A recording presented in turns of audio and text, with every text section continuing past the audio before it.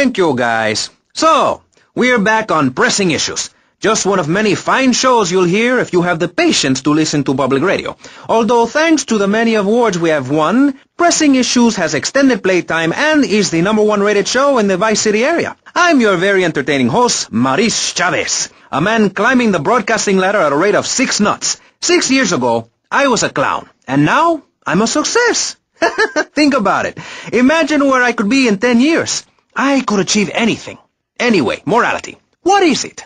Why do we need it? Our ancestors, shortly after discovering fire, built tools to beat each other over the head and discover how to make meat to celebrate with afterwards. Then Columbus came over, shut down the Pilgrim discos. Why? All very confusing if you ask me. And you did. And I asked myself, that is a perfect subject for a region-wide discussion show, which is very lucky because I happen to host one. To discuss the subject of morality, we have firebrand preacher Pastor Richards, the head of the Pastor Richards Salvation Statue Organization, a group which plans to raise enough money to build a statue of Pastor Richards himself. We also have John Brown, leader of Moms Against Popular Culture, or MAPC. Or is it MAPS? MAPK? I don't know.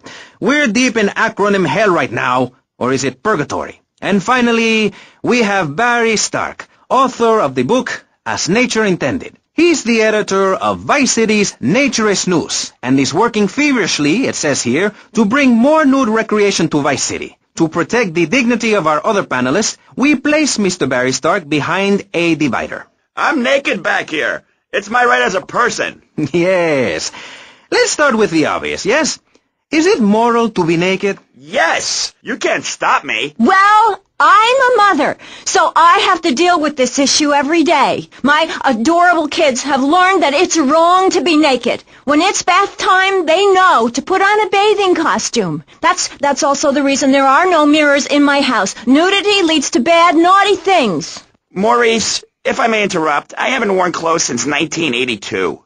Clothes are seriously unnatural. Didn't you guys learn anything from the 60s? I had a revelation when I was on holiday in Germany. I'd always felt very constricted. Then it hit me like a slippery fish. Clothes are plain wrong. When you're born, you're not wearing any clothes. When you die, you're not wearing any clothes. I'm going to have to interrupt you there. What if you die at work? What if an enormous piece of machinery falls on you while you're working? Clothes lead to immorality. Nudity stops people from fighting. Have you seen an issue of National Geographic lately? People around the world are nude. You don't want to shoot a machine gun or a howitzer or a flamethrower if you're naked. It could burn or scald in quite a personal fashion, quite frankly. Have you been to the zoo? Animals are naked. If everyone were naked, there'd be no war. Everyone's complaining about crime and the theft of cars in the city. No one's ever stolen my car. No one's ever pickpocketed me. They've never even tried. That's because you're a degenerate loony. If the police were naked, it would set a great example to everyone. You can direct traffic and eat donuts entirely in the buff. Maurice, this kind of immoral behavior is exactly why I'm building the Pastor Richard Salvation statue. Noah had an ark, Texans had the Alamo, and I am building a highly fortified structure in my image. Simple. This 50-story statue will be able to deflect alpha, gamma, and beta radiation.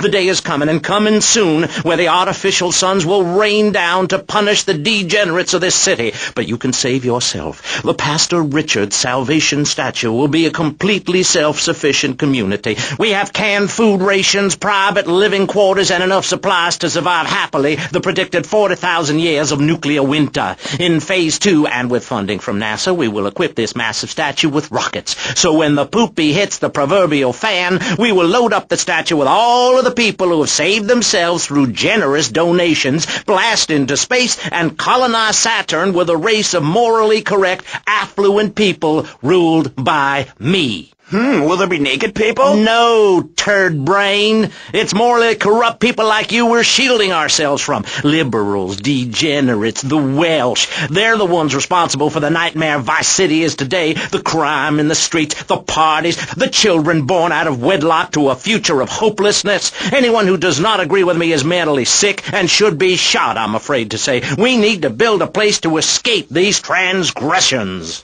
Whew, that's extreme stuff, Pastor. But we'll leave amateur eugenics for a minute and ask our other panelist. Jan, you're a mom, so you know everything. What is your thought on all this? And do you think Pastor Richard stole his ideas from a movie or book? Well, yes, I am a mom. My kids are very special. So special, they go to special classes.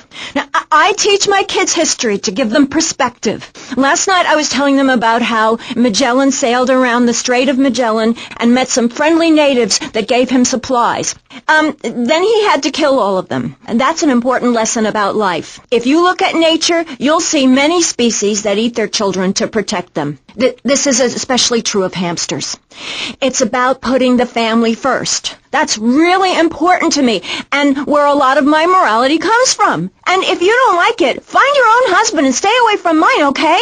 Okay, but, and excuse me if I sound a little confused here, but I don't think I understand. Now, my morality comes from looking at history and biology and working out what's best for my kids and screw anyone else. That's what this country's all about. I mean, I saw the hippies. What a load of claptrap. What's your kid going to do at a school with a name like Moonbeam or Wave or Horseradish or whatever they call them? How can you take your kid to a Little League game when you live in a communal farm growing drugs? It's awful. And that's what my life is about, looking down on others. Yes, I think I can see that now. Moving on. Pastor Richards, in your book, you talk about putting yourself first and how people should not make sacrifices or help those in need. Do you want to elaborate? Oh, that's right. People need to learn how to take care of themselves and not depend on others.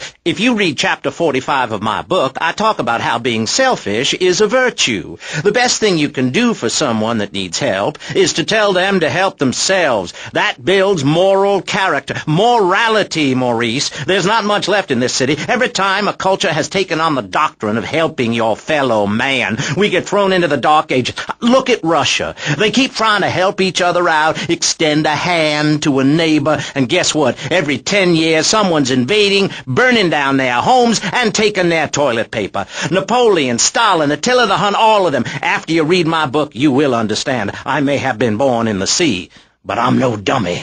Are we going to talk about being naked? Yeah, soon, Barry. Keep your hair on and calm down, please, my friend.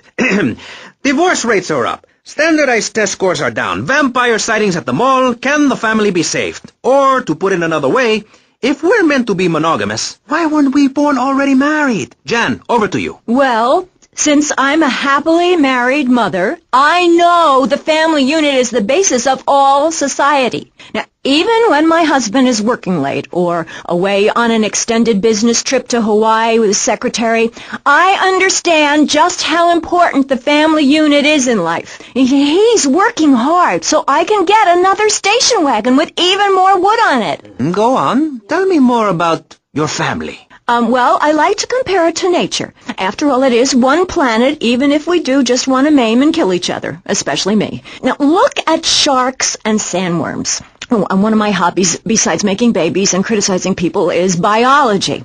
You learn so much from nature. People these days, they don't grow their own food. They can barely get out of their recliners and make it to the supermarket. I tell you, there is nothing super about that place. Now, kids these days don't know how to preserve and can their own food. Now, no wonder all they want to do is play video games or hang out with their friends. What is it, the Degeneratron? What a crock of shit. Hey, watch your language. This is radio. We have regulations about that sort of thing. But you let a naked man on. He's behind the screen. You can't see him. It's not that exciting. Imagine a flabby guy with a ponytail and a nasty rash. You'll get the picture. Imagine one. I married one. Anyway, what was I saying? You were discussing the Degenetron, which I understand is a games machine. Then you swore. I'm sorry, it makes me so mad. I mean, what I heard my son, Patrick III, I heard him using slang words in the house the other day. Rad and cool and stick it. I mean, I beat him to within an inch of his life, and he will never make that mistake again. Americans should be spoken properly. What? No, don't interrupt me. I've got children, you know. Please. This is really important. It's about the family. Look. Nobody knows how to cook anymore. Nobody knows how to kill anymore. Nobody knows how to kill dinner. My daddy was a very wise man before that tractor pull accident. My daddy taught me how to slaughter a pig. That's very useful information. Oh, sure, I was a little nervous at first, but he put me in a room with a fork and a fat sow and told me he'd be back in an hour for some fat back and hog gels. As a mother, I'm proud to say I throttled the life out of that little piggy. I did it for my family, and I'll do it again. Feeding the family is my job as a mother. Daddy earns money and goes away with his secretary, and Mommy provides dinner and keeps a brave face on things, even though her heart is breaking. Where are my pills? Barry, you look like you've got something to say. I agree. Statistics show that families that spend time together naked are the best kinds of families. You see, social class distinctions disappear when everyone is naked. I can't tell if you're rich or poor, black or white. It doesn't matter because we're all naked. Designer clothes? Try designer nudism. My body was made by the best designer around, Mother Nature. That's why we're lobbying to build a naked casino in Vice City so old people can gamble naked and poor people can lose hope in the buff. It is written, chapter 23, verse 5 of my book, "He that gambles his money away is a fool, but he who believes in me will go to spend eternity in space with other affluent, well-to-do people." It's that simple. Do what I say, and you won't have to think for yourself. Oh, but I think it is, Pastor. We look around. Nudie clubs, discos, drinking. Do people want to be moral? Can you legislate morality? Can we tell people how to live their lives? Absolutely.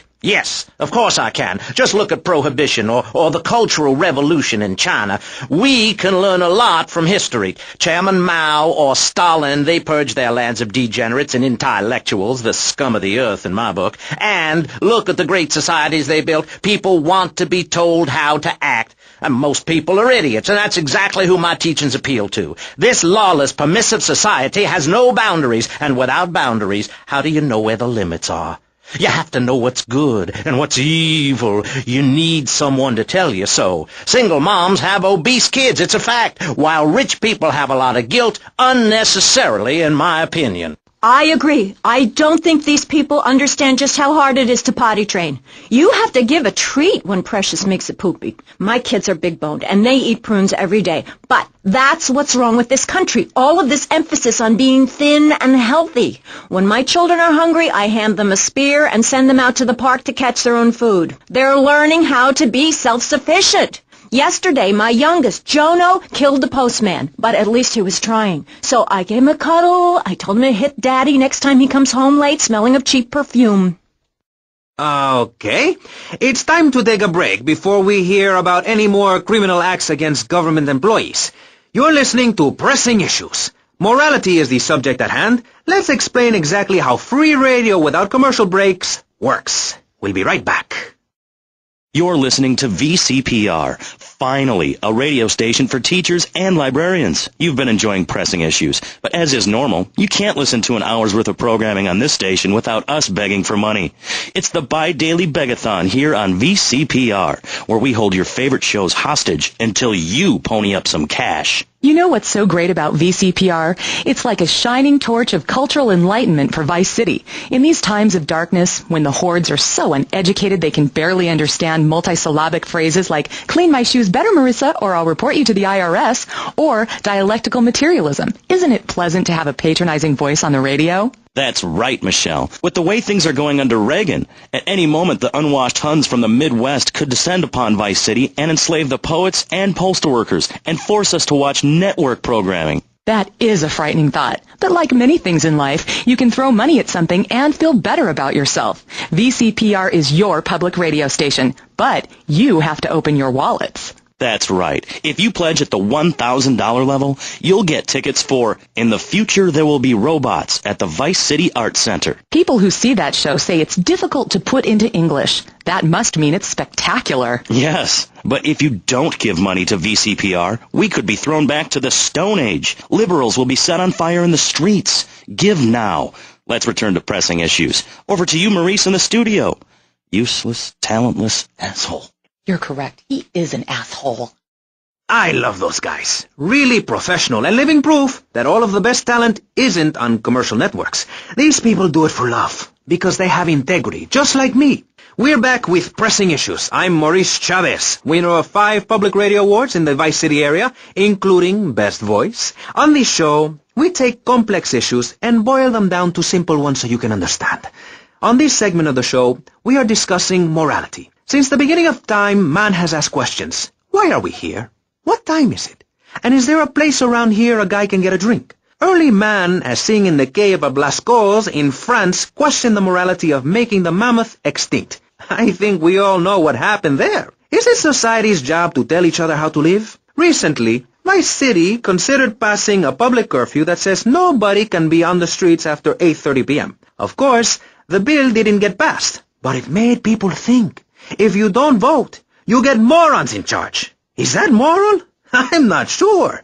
Let's press the issue. Children should be at home with their parents naked. A curfew makes sense. Do you know how much money I save not having to wear trendy clothes? Read a history book. At the creation of the universe, the Big Bang, everyone was naked. Even you. Why do I have to stay behind this divider? Maurice, please. Because nobody is interested in seeing your business. Because we have standards of decency which you are offending. Look at me. I'm jumping up and down. Oh, my goodness. Get back behind the divider. Please, I'm married. What's so wrong with me? Why do you hate me because I'm happy? Jan, give me a hug. I won't hurt you. And by the sound of things, your husband is doing the same right now with his secretary. No, we've worked through it. He was stressed. It's hard keeping a family together these days. Everyone, take your clothes off and feel what it's like to be free of bondage. Everyone out there in Vice City, take your clothes off. If this is the land of the free, let's start with our pants. Feel the wind from the air conditioning. Ugh, a breeze is so liberating. Thanks very much. Now, if you could get back behind that divider, Barry, please. Otherwise, I'm going to have to ask you to leave. Thank you. Now sit down. On pressing issues, we think it is very important to respect one another, to treat each other like we would like to be treated. I want a hug. If you don't like the United States, son, why don't you move to Russia? I don't understand people in America today. They call this a Cold War, but it's hotter than hell. Mark my words, any day now you're sitting in school passing notes and talking about the prom, when suddenly you look out the window and there are Russian paratroopers dropping in to take over. What can you do? Run into the woods with your friends? Call yourselves the Wolverines? Put twigs in your hair and try to beat back the Ruskies? No, you hightail it to Pastor Richard's Salvation statue and blast off into space. But there is a limited amount of space. That's why I suggest anyone who wants the safety and security of your own bunker, give now. Call 866-9-SAVE-ME. We'll get you on the payment plan, and if you're paid in full on D-Day, you and your family will be safe. If not, you may have to choose to save yourself and leave the others behind. Hey, stop selling things on my show. You're not a valued sponsor who supports the art of public radio, buddy. I, for one, welcome our new Russian masters. We can learn so much from other cultures. Did you know in India the women protest by setting themselves on fire? I tell you, next time the kids are screaming for ice cream and pop, I may just douse myself in kerosene. I use that as a threat to my kids all the time, so it's no wonder they're so screwed up. That's one of the tough things about being a mom, not ruining their lives with guilt. As a matter of fact, I don't let my kids watch cartoons or slasher flicks. Really? That Knife After Dark movie may be #1 in the box office, but my kids certainly ain't going to see it. If you don't raise your kids right, they end up being like Nude Boy over there or working in radio. I want them to get proper jobs, like being a doctor, not a patient. That is offensive. My mother understood I was special. She made me wear a bonnet as a child, and when I demanded to go to school naked, she was fine with it. After social services moved me, she would still write to me. I still remember when she kissed me goodbye. But Barry, earlier you said you discovered naturism, taking your clothes off, whatever it is in Germany. I know, but I lie a lot. I've got a lot of personal issues. Look at me. Please, Maurice, I need a hug.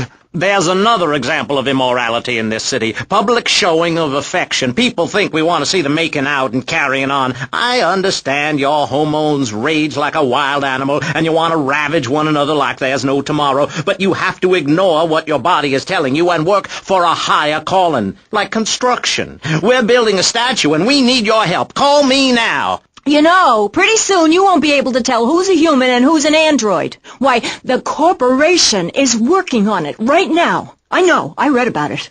I tell my kids not to kiss other kids at school. It might be an android. Suck your brains out. You must have seen the mini-series event on television. I read it in a book. We've got to stop looking at the stars, all this science fiction, and focus on the family. Now, if you really want to dance like you're on the moon, go there and leave us in peace. And that's a fact. What's a fact? I'm sorry, Maurice, but I have to tell you, I moved to Florida to bring my kids up the American way in a theme park. And that's just the kind of person I am, opinionated and moronic. I see. Well, this panel is certainly interesting. The issue is morality. Recently, rock artists joined together to provide famine aid to Alaska with the song, Do They Know It's the 4th of July? Critics complain it's immoral to meddle in the affairs of other peoples and cultures. Pastor Richards... What? What do you make of meddling in other people's business like an over-opinionated sociopath? Well, let me say that money could have gone to much better things, like reserving a place by my side in the Pastor Richard Salvation statue. But I digress and plug. Stop doing that. Don't interrupt me, boy. Anywho, I addressed the Alaska issue in Chapter 23 of my book. You see, the Alaskans are lunatics, plain and simple. They eat whales and snow and they sleep in the freezer. Who wants to eat snow every day? Oh, I tried to help. I sent a helicopter with copies of my book, but they burned them in a pile for heat. If the people of Alaska choose to live there, let them. But don't come crying when you're tired of eating penguin and it snows 18 feet a day. Yes, but don't you think it's important... I think it's very important to listen to me, young man. That's what makes the state of Florida great. Rather than help improve where they are, people nationwide abandon their hometowns, come down here, and shove their beliefs down everyone else's throats. That's the American way, always has been. We should send some pictures of Florida to those people in Alaska. I tell you, they'd throw down that bear pelt, saddle up the sled dogs, and get pulled all the way to Vice City. And I should know, I'm from Mars. No, you're not. Mars, Alabama. I founded 3 colleges there. The problem with Alaska is that people don't get naked. If you can't work on your car, or play the cello, or use sharp knives in your birthday suit, then what's the point of living? Well, it is a bit cold there. People put on clothes when it's cold. We evolved without a warm covering of hair. That's a lie, sir. We come from the great meteor of truth. Clothes are a habit, like shaving and taking out the trash. As soon as you stop, you realize what a prisoner you were to society and the twisted state of morality. People think that nudists are immoral. Well, we're not. I'm married. I love my wife. In our commune, it's so wonderful to wake up in a big bed and go to breakfast clothed in nothing but a smile. What kind of people are there in your weirdo commune? Single people, families, elderly couples, teachers, politicians, and especially truck drivers. Truck drivers understand what it's like to be by yourself for days on end, with nothing but country music on the radio and a stick in your hand, shifting gears over and over. Truckers realize there's nothing to be ashamed of on the open road. Get naked and beat it on down the line. You've never seen a sense of community and morality like a nudist colony. We share everything, the cooking, cleaning, wives, a shared sense of what it's like to be a complete social outcast. Wait right there, Barry. I'm getting something through the cans. Headphones, that is. Yes? Yeah, okay. We just want to tell you a little more about public radio funding. We'll be right back after this. Hello, I'm sure you're enjoying our high-quality programming. I'm Michelle Montanius. Jonathan, I think it's time to acknowledge the people who are sending money in to shut us up and end this dreadful begathon. Here's a $10 pledge from Fran in Little Havana. Wow, you think she could have given more than that? Yes, mean bitch. I hope she dies an agonizing death. Absolutely, Michelle. And remember, if you want us to wish you well, dig deep and dig soon. That's right. At any moment, conservatives could vote to end our funding and place a fast food restaurant where our studios are. See, there are some people that think everything has to make money. It doesn't. That's why you should give now. Correct. Next week is Environmental Week, sponsored by My Batsu and the Vice City Power Corporation. And next month, we're celebrating Proust's influence on Vice City in association with the Degenitron. But for now, let's return to pressing issues. Remember, VCPR is an advertising-free zone, much like the moon or Times Square. Welcome back. The show is Pressing Issues. The subject is morality. I'm Maurice Chavez. Let's carry on pressing the issue. Now, when the Europeans were done ruining their continent with bland food and soccer riots and arrived in the Americas in the late 15th century, the subject soon turned to morality. You see, Europeans wanted to colonize America, so they had somebody to make fun of. The Pilgrims left England for the religious freedom in Holland, where they visited coffee shops, and after they packed up their ships with plenty of coffee, tea, and cakes to liven up the trip, they set sail for the New World, which they heard had a magnificent roller coaster. Once they got here, they were very hungry, having been on a ship for 65 days. So they ate for 3 days straight. Thanksgiving quickly became an annual custom. America was founded by people who wanted a place where they could tell other people how to live. And I'm a history major. But do we have the right? The question, is it moral to celebrate Thanksgiving, a holiday that is clearly about gluttony, annoying relatives, and awful casserole? Well, I for one love a casserole, and at my weekly meeting my congregation has a potluck. You see, a casserole is a lot like life, Maurice, and that's the basis of my philosophy. If you put a bunch of leftovers from the fridge in a pan and bake it, somebody'll probably eat it. It's like my book. You believe in your favorite sports team, then they get massacred. You believe in gravity, then it turns upside down on you. You love your favorite TV show, then the network ends it with a lousy finale. But you can believe in me, and if you believe in something, support it. It's one thing to love something, but if you don't shower it with money, then just don't talk to me. Communism, don't make me puke my guts out, please. Well, I myself love casseroles on Thanksgiving. And the way to teach your children the rich history of America is through theme parks. I just love Pilgrim World, especially the part where you get to slaughter your own buffalo and take home the meat, or give the locals the flu while buying their land off them for a pittance. That's what children need. What is? Wholesome activities that benefit the family. Now, what good is it if a kid plays Degeneratron for 5 hours? Oh, sure, he's killing space aliens, thank you very much, but it ain't putting food on the table. And he's learning bad language, like bleep, bleep, bleep. When my family go out to dinner, we're starting from scratch, even if Daddy is working late, again. We build our own spears, smear ourselves in dung, and then wait in a swamp for something to come by. In the suburbs? I bet your neighbors love you. How long do you wait? Don't you get arrested? Hey, mister, I'm married. Look at the finger. It has a ring. I've got children, for Pete's sake. Stop eyeing me up. I wasn't. You were. I can see you undressing me with your eyes. Well, I tell you, I was a cheerleader and nearly a prom queen. And I could have married anyone, but I chose John. I chose him because he had a kind face and a rich dad. I didn't know he was going to cheat on me or embarrass me. I didn't know. But I won't be made a fool of. I've got the children. Okay, Jan, it's okay. Men are idiots. Ask my ex-wife. Don't worry. Stay calm. I'm not eyeing you up, but I am a little worried about you. How are the children? Do they enjoy school? Of course they do. That's precisely why I'm going to start homeschooling my children. High school is a cult. There's a group of savages that rule the roost and get all the girls, and everyone else is picked on and abused. It happened to me, and look at me. I'm a deranged mess, and my husband cheats on me. I don't want my kids to go to a public high school. Instead, we have a prom each year in my living room. And that leads to my next question. People in high school in Chile are all naked. I've about had it with you, Barry. I try to be fair, I try to be kind, but you are a freak and a liar and wasting everybody's time. The organs below the belt are for reproduction and removing of bodily waste. There's no reason that when I go to buy a soda or a transmission, I need to be distracted by your privates dangling about. Now, when I go to the store to buy an air conditioning filter, I'd rather not have to look at your moneymaker, amigo. I'm glad you are proud of it, but when people of Vice City are in a Quickie Mart, they should be able to have a simple financial transaction without seeing your fire hose. Are you with me? Sorry, Maurice. That's okay. Just try to behave. I think the sun must have got to you or something. Yes, maybe that's it. Maurice, if I may, you have a fine show here, and I'm glad to be on it. But everyone within the sound of my voice and smell will die in the fires of doom. It is written. TV is trash. Radio is trash. Our newspapers are run by Canadians with an agenda. Our very way of life is threatened. We formed this great state to play golf, and I'll be damned if any weirdo hippies are going to tell us we can't fill in wetlands and make a home for ourselves, complete with 18-hole championship standard courses and selective admission.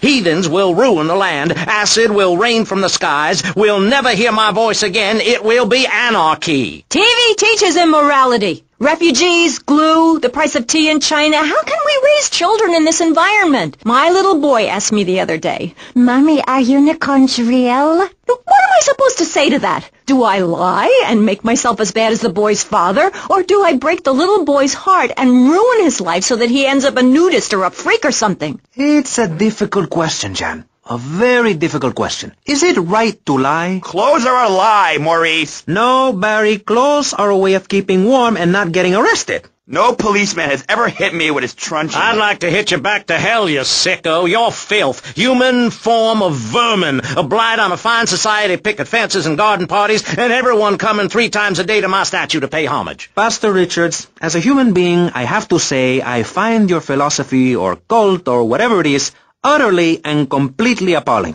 Why, thank you. I knew you'd understand. I mean, you seem to want to build a religion around yourself and some 1950s vision of America. It's the 1980s, man. And one-man worship me cults are not allowed, my friend. Exactly. As I say in the great book, many are called, but unless you have a good credit rating, go screw yourself. You'll burn in hell. Ay, por favor, shut up. Barry, what are you doing? I'm lonely, Maurice. Lonely, and I need some bodily contact. Get back behind that panel. Don't be shy. Please. We've all got one. That means I'm happy. Hey, stay away from me. I'm a celebrity. Oh, good Lord. Hide yourself, boy. I warn you, I'm armed and I'm not afraid to use it. We've all got one. Look how free I am. The fan feels so good. I feel you. Hey, Pastor Richards, please, put the gun away. Put it away. No, I am the sole judge of truth and decency. Get back, heathen. Get back. I love you all. Evildoer, die, devil, die. Ow! Dios mío, you shot him. There's blood and pubic hair all over the studio. Ladies and gentlemen, it is complete pandemonium here on Pressing Issues with me, the multi-award-winning and soon-to-be executed Maurice Chavez. Barry, are you okay? Are you alive? Stop the bleeding. It's down there. Do I have to? Can't you get someone else? Ay, Dios mío, she's fainted. No. Hold it. Harder. Oh, that's so good. I need mouth-to-mouth. Maurice, please. I might die. Okay. Excuse me, I'm only doing this to save your life. I don't want to. Thanks. I'm getting cold. Quickly. It's okay to use tongues. Get off of me! I'm happily divorced! Shall I send him to hell, Maurice? Yes! I mean, no! No, you psychotic lunatic! Put that gun away! Don't point it at me! Or your what, son? You think I'm scared of your conventional lily-livered morality? You think you can tell me what to do? You think it's wrong for me to have 5 concubines to spread my genes or to use money from the statue for building my own palace in Hawaii? You think that's wrong, do you, son? Do you, huh? No, Mr. Pastor, sir, I think it's very right. Very right indeed. You're the boss. You're in charge. You're the king. Damn right I am. Now, I'll tell you about morality. Morality is what I say is right, and immorality is what I say is wrong. You gotta understand this. I do. Oh, I'm bleeding. I need a proctologist. Shut it. Now, next question. Ask me anything. Ask me anything you want to, Yeah, son. well, I'd love to, but it seems that is about all we have time for, actually. The thing is, you see, this is public radio, and every once in a while we need to appeal for money, or cut away when people start brandishing guns in the studio. Like this. You're on Pressing Issues, and in this show we discussed morality. I think we made a lot of progress and really came together. I'm Maurice Chavez. Bye. Please, don't kill me. I hope you were enjoying Pressing Issues. I certainly was. Yes, it's almost as interesting as listening to you, Jonathan. Wow. Thanks, Michelle. It is, isn't it? Before we let you get back to the show, I thought you'd like to know VCPR has managed to raise $30 this hour, which should keep us on the air for another 15 minutes at least. Thankfully, due to the generosity of the people at DeLeo and Furax, the fascinating show Legal Review will still run. But now, back to the Pressing Issues. Actually, before we let you get back to the show, I'd like to say something. I know that public radio may not seem very important in an era of poverty and famine and immense personal greed, but I can assure you it is. And not just because I say so. Look at the facts. 15 of the last 37 American presidents and 47 vice presidents have appeared on VCPR in the last month. 33% of all Nobel Prize winners started out in public radio. Without public radio, we would never have discovered gravity, or the pizza, or the fact that a lot of people love to hear themselves rattle. Anyway, sermon over. I hope you folks at home understand how passionate we are about public radio, and it has nothing to do with the fact I got kicked off the networks. That was very moving, Jonathan. Back to Pressing Issues. Where is the creep? Put him on! Hello. As you may know, you're on VCPR, and this is Maurice Chavez. That is, I am Maurice Chavez. That's Chavez, not Chaves or Chavis. This isn't a game show. Sorry about the upbeat opening. This isn't a game show. It's a political and social debate on free radio, without adverts. And I'm still Maurice Chavez. Hi. Next up on Pressing Issues, we tackle one of the most important issues in our country today. The issue of perception. Not credit card fraud. That's deception. But we're talking about perception. How we perceive the world. These are optimistic times we're living in. A time of go-getters and doers. Our hero is the entrepreneur, the shaker and the maker. Positive thinking, we are told, is everything. Think it, and we can do it. Or can we? Let's press the issue. Personally, some days I wake up and I look out the window and I think it's great to be alive. Other days, like payday or my ex-wife's birthday, I want to hide under the pillows and cry. But that's me. A man of contradictions, as my therapist said. He was a Jungian. But whatever. I'm Maurice Chavez. And on our panel right now, we've got three very contrasting views about the issue of positive thinking. On my right, I have Gothic artist, vampire hunter, and, in his words, man of the night, Konstantinos Smith. Konstantinos, hello. Greetings, mortal. I hope this is good. I'm missing a seance to be here. You don't sound excited to be here. No, man. I'm mind-numbingly depressed. It's great. Okay, I'm going to have to interrupt you there.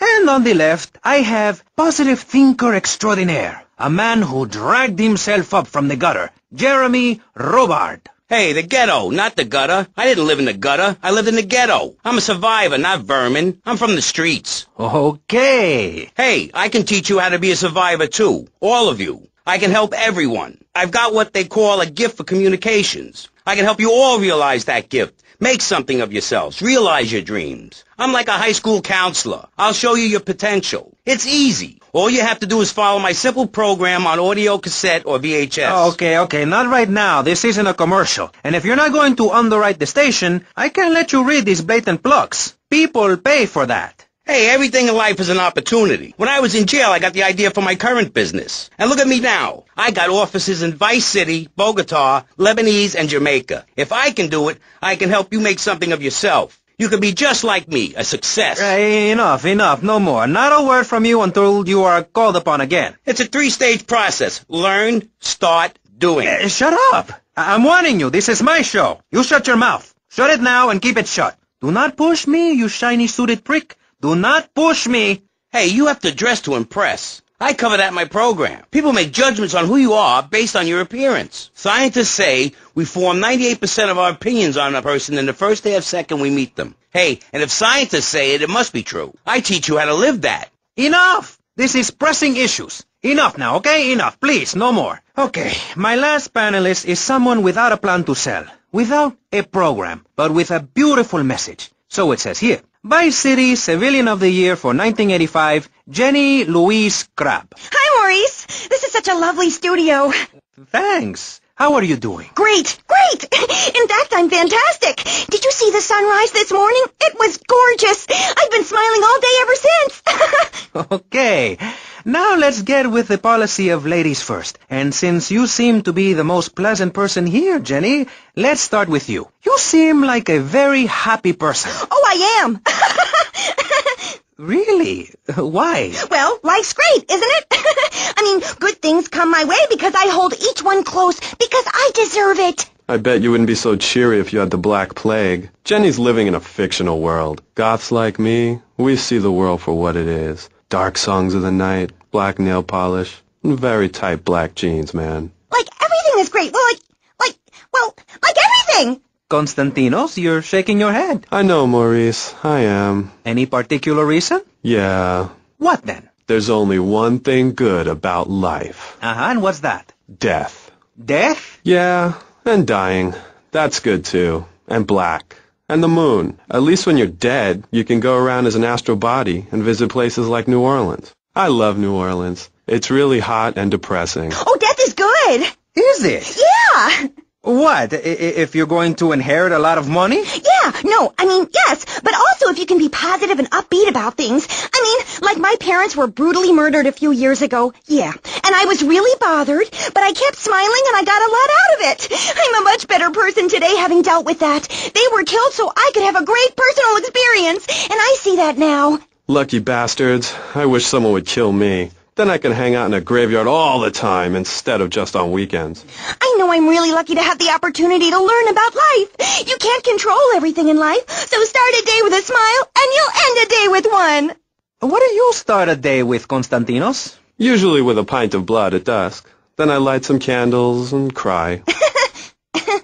Okay, moving on before we're all sick. No, Maurice, I do, because I won't be constrained by you. Life is cheap, man, and then you die. If you prepare for the afterlife now, you will be able to summon spirits. That's the truth of the pentagram, man. How profound.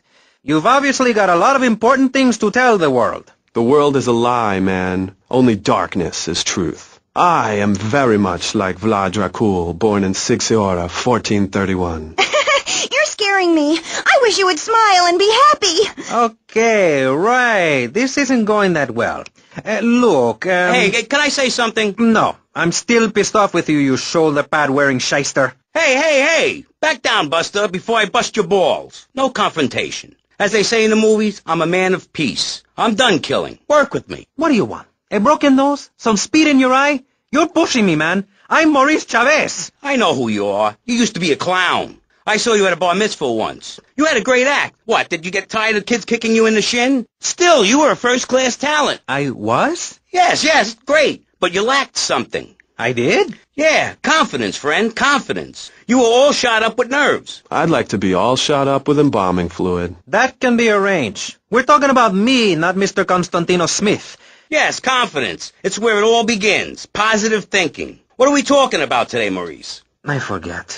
Morality, no, violence, no. That nutty guy without any clothes. Yes, you're right. Positive thinking. Exactly, friend. We're talking about you, Maurice Chavez. You couldn't cut it as a clown, but you're great, and I mean great, as a public radio host. It takes a lot of work to be uppity and self-important all the time. Every cab I go in, the guys love you. Hey, thanks. Hey, don't thank me, thank yourself. You've learned something. Then you started something, and now you're doing it. That's what it's all about. It is? Yes, you thought your way to success. It's a 3-step program based on studying successful people. Like me. Or maybe learn, start doing is a little too intense for you. Maybe you should just think, hold that thought, complete. I never had anyone complain about that program. Stop that. Hey, I engage with you, friend, and you're exchanging with me. I cover this in my second tape. One is a positive action as practiced by successful people like salesmen or prostitutes, and the other is a negative action as practiced by failures like winos and judges. What? Stop interrupting me. You gotta open your ears and close your mouth. It's very important. I tell my old lady that all the time. I say, hey, I don't want to hear no complaining. I come home with piles of cash every night, and all you do is bitch. The learning starts in here and ends when we open this. Doing is a whole other story, but we'll come to that. Now, all you have to do is call me right away at 866-434-SELF, and for just one monthly payment, I will change your life forever. I promise you. I'll supply you with all the materials you'll need to completely change the way you see the world. Guaranteed. Oh, stop right now. This is a debate program, not an infomercial. Hey, that's a great idea. Listen, friend, I mean this in a friendly way. Debating is a yes or no proposition. You need to open your mind to the maybes. We're discussing like friends, not debating like enemies. You see the difference? Yes, I do. I think it's so much fun to be on the radio. I'd listen more, but someone stole my radio when they killed my foster family. I hate everyone, apart from the undead. They're the only ones you can really get along with. Well, that's a start. But even you, Mr. Long Hair and Pale Skin, I can change your outlook. Guaranteed. That's so great. Like puppies. I saw some dead puppies once. Konstantinos, I've noticed you have a lot of negative thinking. Why the goth lifestyle? Well, some say life is a tea party for zombies. Also, when you only wear black, everything matches. In fact, I'll keep wearing black until something darker comes along. It's a known fact that the best poetry is written when you're horribly depressed. Hey, listen, I wrote a haiku. Oh, the red daisy, flowers retain all happiness. Sunshine, yay, sunshine. You sound like you'd enjoy my program Motivate, Demonstrate, then Motivate Again. Nobody ever complained about that program. You hug people and you laugh like you never laughed before. Let's get back to the topic at hand, eh? I've had enough of this weirdness. Jenny, let's start with you. How do you maintain such a positive outlook on life? It says in your bio that some awful things have happened to you. I don't think anything awful has happened to me. But it says here your parents were brutally murdered. Mommy? Where's Mommy? She's just fine. She's probably taking a nap. You're like my bad doll, Mr. Livingston. He's a bad doll. Bad doll. Not like my other dolls. My mom's great, though. Thanks for asking. Okay, wow, you're psychotic and dosed up to the eyeballs on tranquilizers. If it's psychotic to be happy, then I guess I am.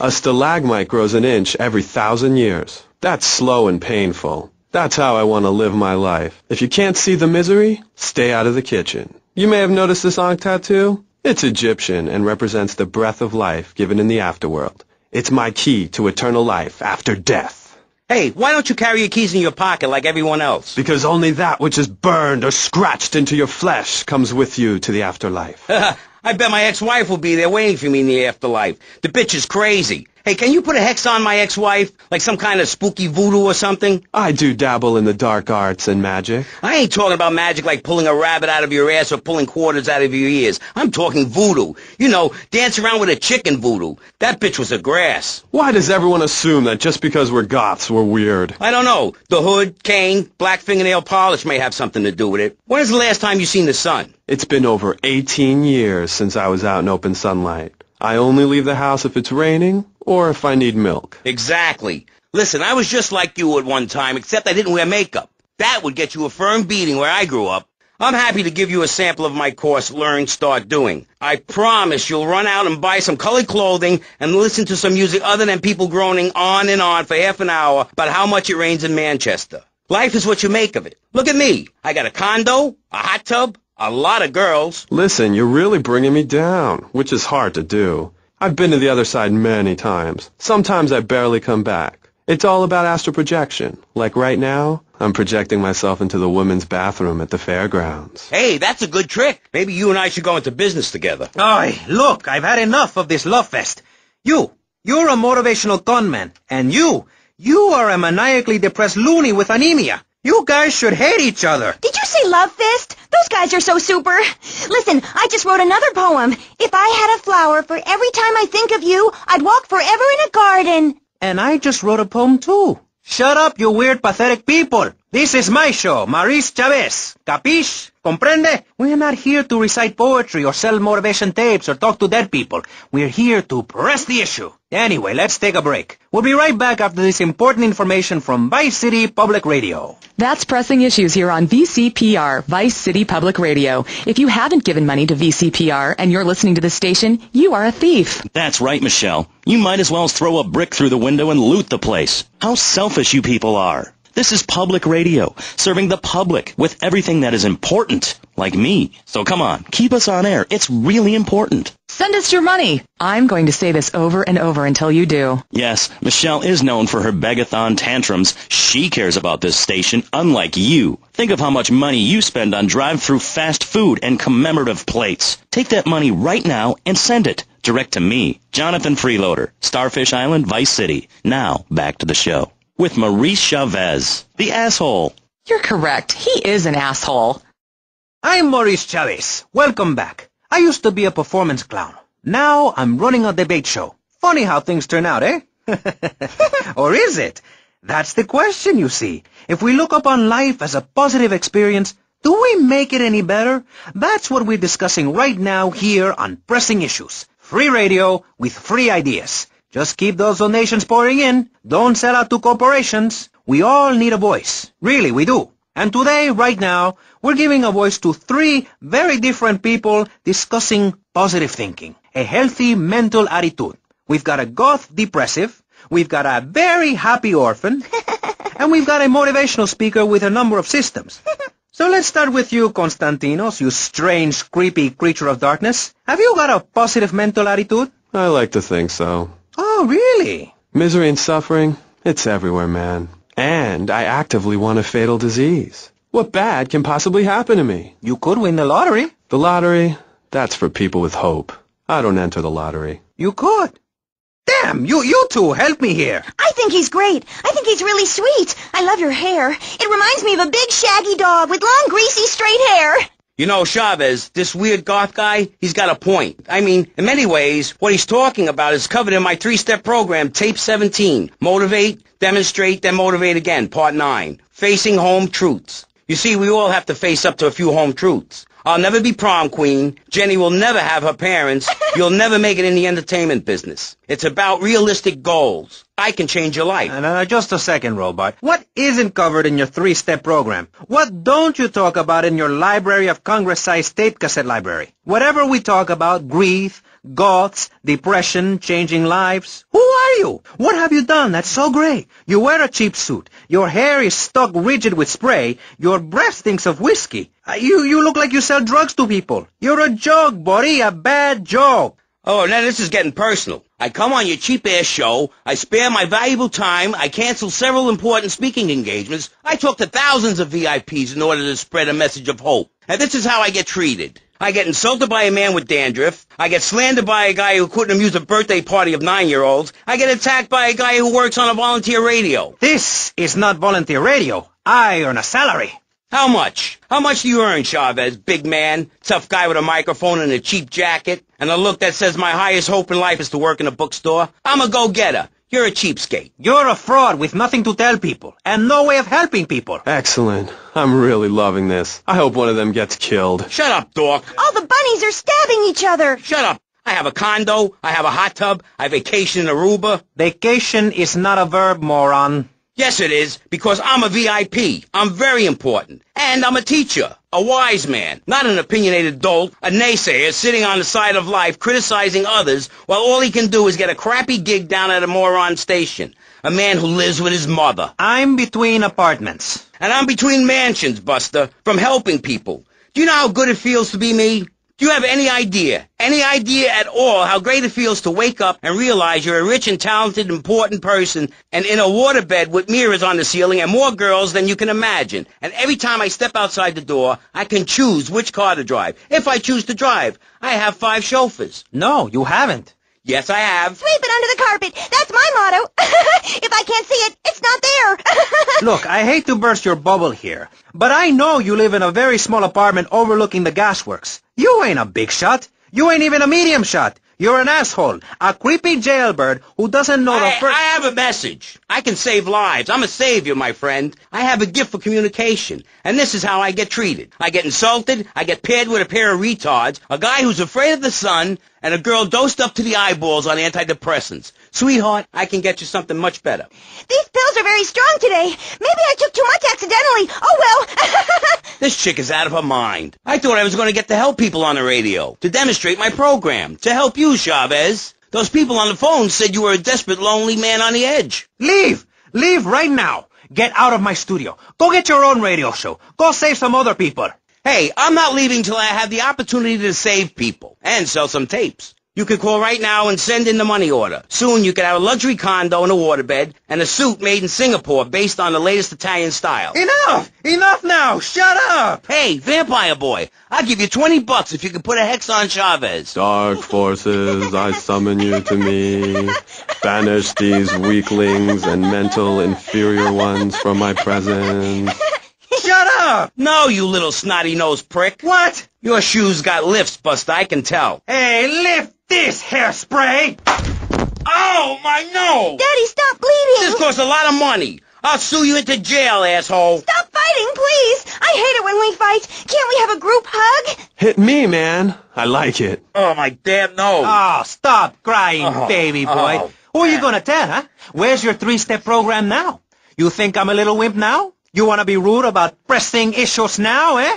You think you're a tough guy from the gutter now, eh, my friend? You think you can screw with me, with Maurice Chavez? What you thinking, asshole? I'm sorry. Please don't hit me again. I love your show. I think I understand this positive thinking. And that was pressing issues. I think we covered a lot of ground. We learned all about how to press the issue. And remember, if at first you don't get hurt, hit the guy very hard in the face with a paperweight. It just worked for me, and I feel like $1 million. Let's tell you a little bit more about exactly how public radio is financed and quality programs like Pressing Issues come on the air. Don't go away. That was Pressing Issues, and this is Vice City Public Radio. We hope you're enjoying the show as much as you're about to enjoy listening to me and Jonathan Freeloader. Hello, everybody. Hi, Jonathan. How are you? Heartbroken, Michelle. Why, Jonathan? Why? Well, because it seems people just don't care anymore. I mean, where are people's priorities? We have campaigned tirelessly for public radio for literally months now, and the station is still in trouble. But a man with a hygiene problem puts on a pop concert,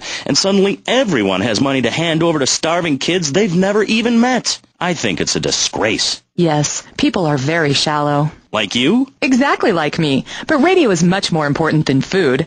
I have a good mind not to let them go back into pressing issues this time. You have to give us some money. It's a disaster. That's what it is. What's wrong with you people? Please. We're struggling to pay for our second homes here. And I've only had 3 vacations this year. You poor, poor man. Let's get on with the show. Remember, call now. Please. We need your money. Urgently. Thanks, guys. Hello, ladies and gentlemen, and welcome back to Pressing Issues on VCPR.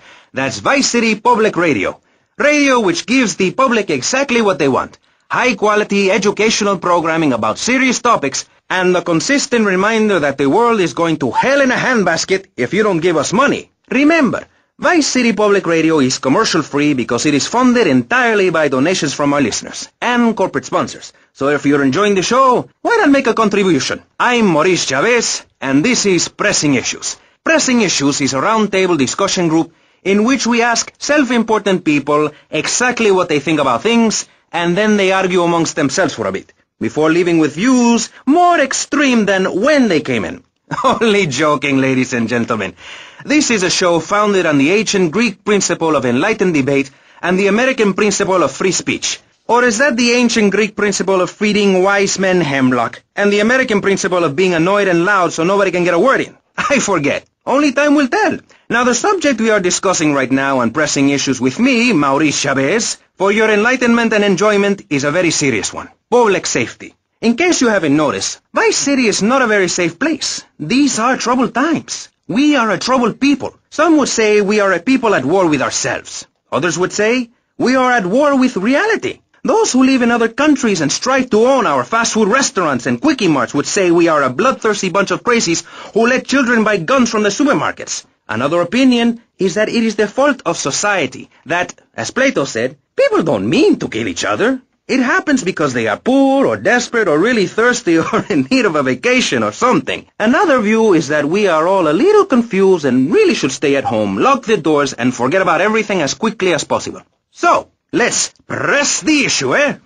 Sitting on our panel right now, we have 3 divergent opinions, 3 separate islands of insanity in a rolling sea of stupidity, 3 wise men following very different stars. To my right, to everyone's right in fact, we have Congressman Alex Shrub, the youngest state congressman ever to be elected by Vice City, and now a respected man in the Capitol. Mr. Shrub got elected because he has great hair and says things that make you nod your head. His campaign appealed to the wealthy because he set all of us at ease by finally confirming it's okay to be rich as long as you say you care about the children.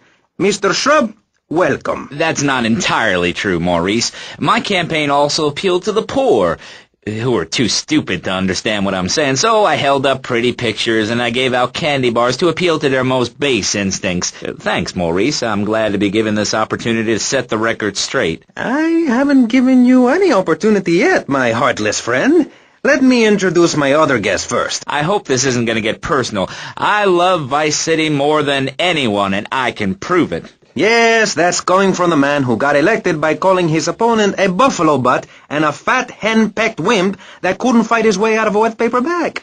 Anyway, our next guest is from the opposite end of the political spectrum, a man so wet he looks like he just stepped out of the shower. Peace Corps activist, hippie concert taper, founder of the group Speaking for the Underdog. He is fluent in 7 languages and studied the harp in Peru, Callum Grayshaw. Hi, Maurice. Hola. Buenos dias and noches. Bonjour and buongiorno. Willkommen. Allo. Hello. Hi. Let's stick to English. Most of us struggle enough with that. Welcome to Pressing Issues. And lastly, we have a man with a novel solution to the problems of public safety in Vice City. A solution so stupid, I cannot bring myself to explain it for him. Yet like breakdancing, it is sadly catching on. A man who appears on this fine show because our previous know-it-all panelist was carjacked and is now at home arming himself to the teeth. I give you John F. Hickory. How y'all doing? Indeed. So, before we get started, gentlemen, let me remind you of the rules of engagement. Here on Pressing Issues, The #1 rated show on public radio in the Vice City area and hosted by me, Maurice Chavez. Pressing Issues is about free speech, not feeding each other hemlock, literally or metaphorically. Hey, my daddy used to grow that stuff in the backwoods of Missouri. Hoo-wee! I tell you what. Yes, thank you. I expect you to listen to each other, and I will only step in where necessary so people on the air don't forget what my voice sounds like. So I want a clean fight. Nothing below the belt or in the chops. And remember Maurice's motto, which a very wise man, my father, once told me. If you listen, one day you might be hurt, and when in doubt, use the smell test. That's so important, I think, don't you? So, Congressman, let's start with you. Crime is up. People are scared to walk the streets. Nobody is taking public transportation. Police morale is at an all-time low. Everyone is killing and maiming and giving each other the finger, metaphorically speaking. Do you think the government is doing a good job? Absolutely. Those statistics are interesting, but like all statistics, they are also irrelevant. Let me give you a better statistic, Chavez. In 1980, when I was elected, you were, according to the intelligence gathered on you, a man with no mission. You worked as a clown at birthday parties, corporate functions, bar mitzvahs, and go-go bars. You, realizing that you were a hollow man that can only take on the personality of others, decided to become an actor. And despite going up for 17 auditions that year, you only got work as a fluffer in a sex ed video. Your tax returns show that you earn less than $2,000. Suffering from anxiety, you attended group therapy for a year and considered getting a sex change. An idiot liberal felt sorry for you, and now you host your own radio show, write a newspaper column that lines my birdcage. You've got an ex-wife and attractive girlfriend, although she's married to your best friend, and you're on top of the world. So answer me this. Can you really say the years of living under my administration have been bad for you? We are not talking about me. This is Pressing Issues, not Pressing Maurice. Yes, excuse me, if I may. Can we get to the part where we press the issue? You see, that's what's wrong with this city. Liberals just want to open the floodgates, let anyone in and make you, the ordinary, hard-working men and women, pay for the pleasure. Well, you have my permission to beat them with sticks. We won't prosecute. You'd be doing us all a favor. Free love, wig out, don't work, make love in the field, and listen to rock and roll or whatever you call it. Meanwhile, Crayshaw, I know your father. He's made a lot of money, which makes him a great person, but for every good conservative, they end up having some wacko commie kid just back from a vacation in the Orient who wants to share. Go take that share in business to Cuba or Canada or somewhere. I don't have a trust fund or a rich daddy. I know what it is to be poor, to look at the world from the other side. I slept my way to the top. If you two would stop hooting and carrying on, I have a plan that will save Florida from the yellow-bellied snakes that want to slither into this great state from all places north. Oh, look. Stump-jumping Jethro is using all 3 of his brain cells to talk. Enough! We've just started, and you have proved yourself, Mr. Shrub, to be just as they said. I grant you, 1980 was not a high point in my career, but I never applied for a sex change. I was merely in an exploratory phase, and besides which, Saul the wheat-free clown was a funny act, once voted best up-and-coming dietary-restricted comic act in the whole of Vice City. I tried to take it to the Catskills, but Mount Scary Large was full. Besides, we are not talking about me, we are talking about you.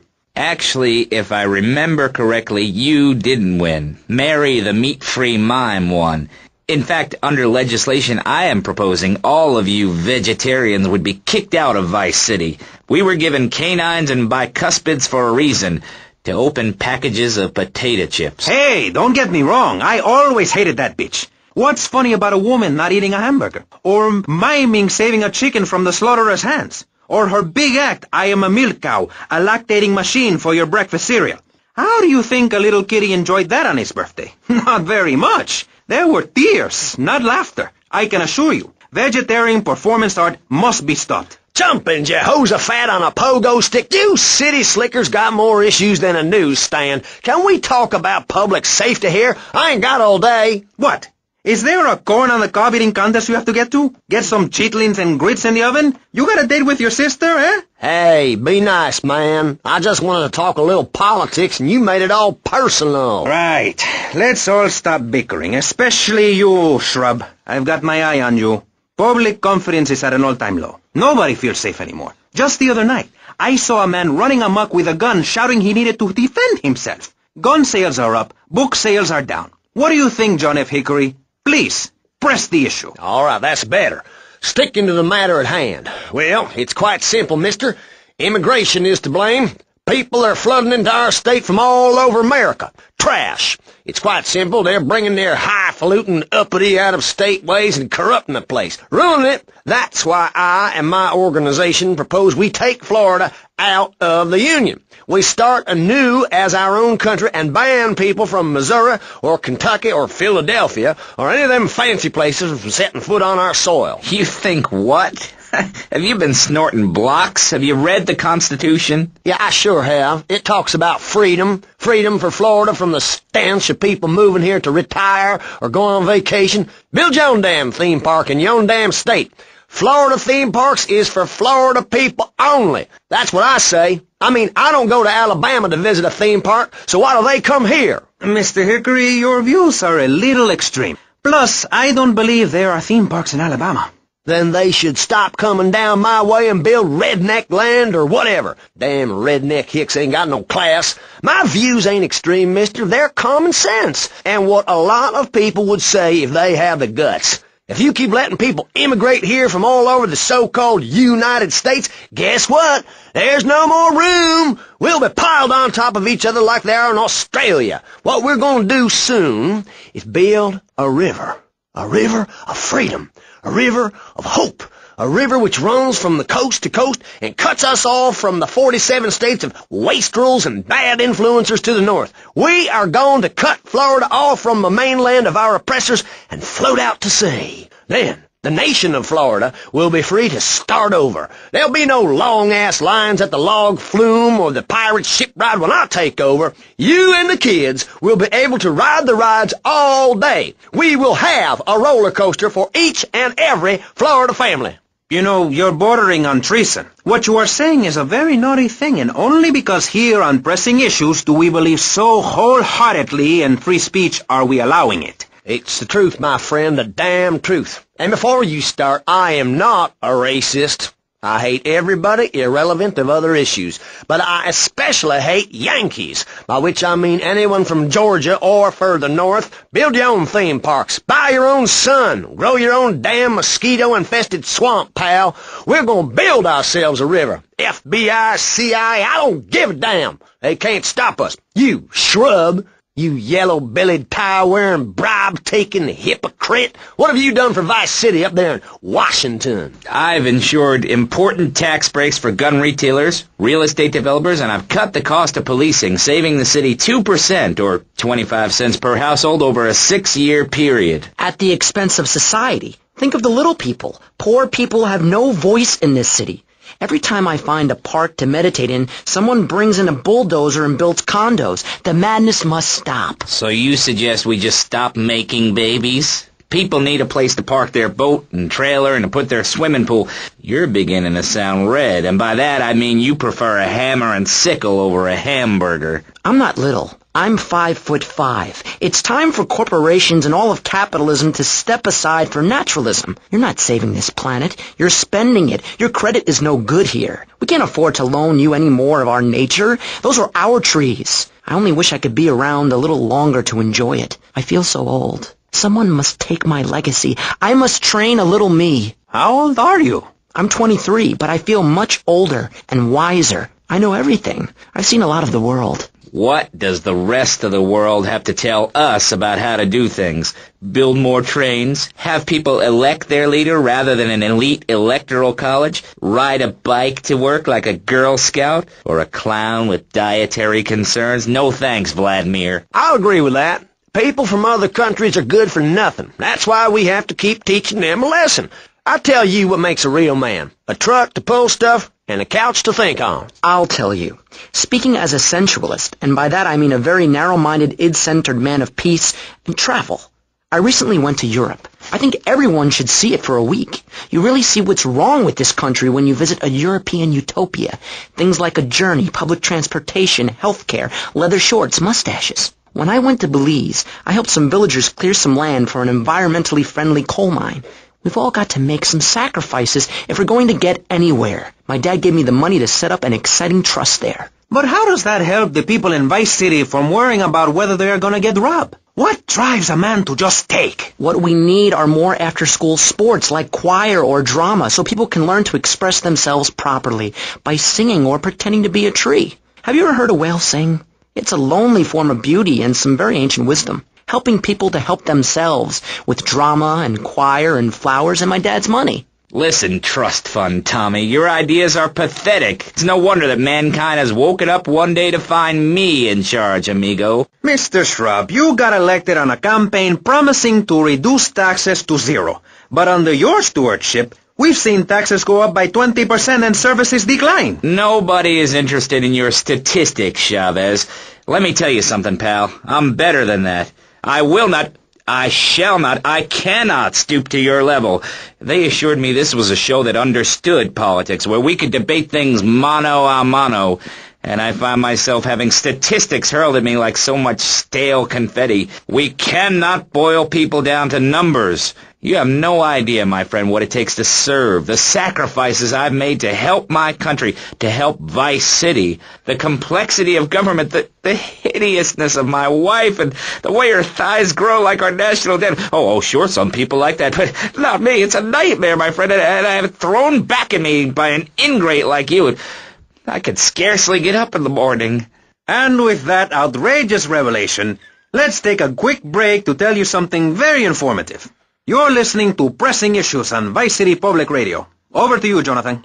Hello, and welcome back. I'm Jonathan Freeloader, and you're listening to VCPR. This portion of Pressing Issues is brought to you by Ammunation, a proud supporter of public radio and our community. We hope you're enjoying Pressing Issues and the way it challenges your view of society. Unfortunately, public radio in Vice City is under pressure. That's because we're better than everyone. You can't hear this kind of hard-hitting, long, drawn-out programming anywhere else. But you have to give money. That's right, Jonathan. Money is important. It can be exchanged for goods and services, like getting a hip replacement or funding a starving child in Australia. I feel all covered with flies right now. Call us. Pledge your money. Give 10% of your income. That's all we ask. And for that, you know everyone can be educated on the important things we discuss on VCPR. 10% is a really small amount. I remember when I was volunteering in Central America, to make myself appear less shallow, the native peoples would give you 10% of their land for a pair of mirrored sunglasses, and they would run around me saying chicle, chicle, which is Espanol for pretty woman. It was very spiritual, like waves. Absolutely. But remember, this radio station could disappear. The voice of unprofitable radio could be silenced. One day you wake up, roll over, and she's gone. You go into the kitchen, there's a note scrawled, the sound of a taxi leaving in the distance, a thunderstorm rolls in. It's a metaphor for my haircut, or this pledge drive. Yes, the pledge drive. Become a member. Only members or people with radios can listen to this radio station. Now back to Pressing Issues. Shouldn't we give out the phone number? Like I tell the children at the library I volunteer at, look it up yourself. No, you can't go to the bathroom, and stop crying. That's good advice. Now, back to Pressing Issues. Welcome back to Pressing Issues with me, Maurice Chavez. On our panel, we got the secessionist lunatic John F. Hickory, liberal rich kid Callum Crenshaw, and neo-fascist Congressman Alex Shrub. Gentlemen, welcome back. Let's start with you, Mr. Hickory. Why the F? For Florida. I'm a patriot. I've even got an orange grove tattooed all over my groin. Excellent. But back to the matter at hand. Public safety.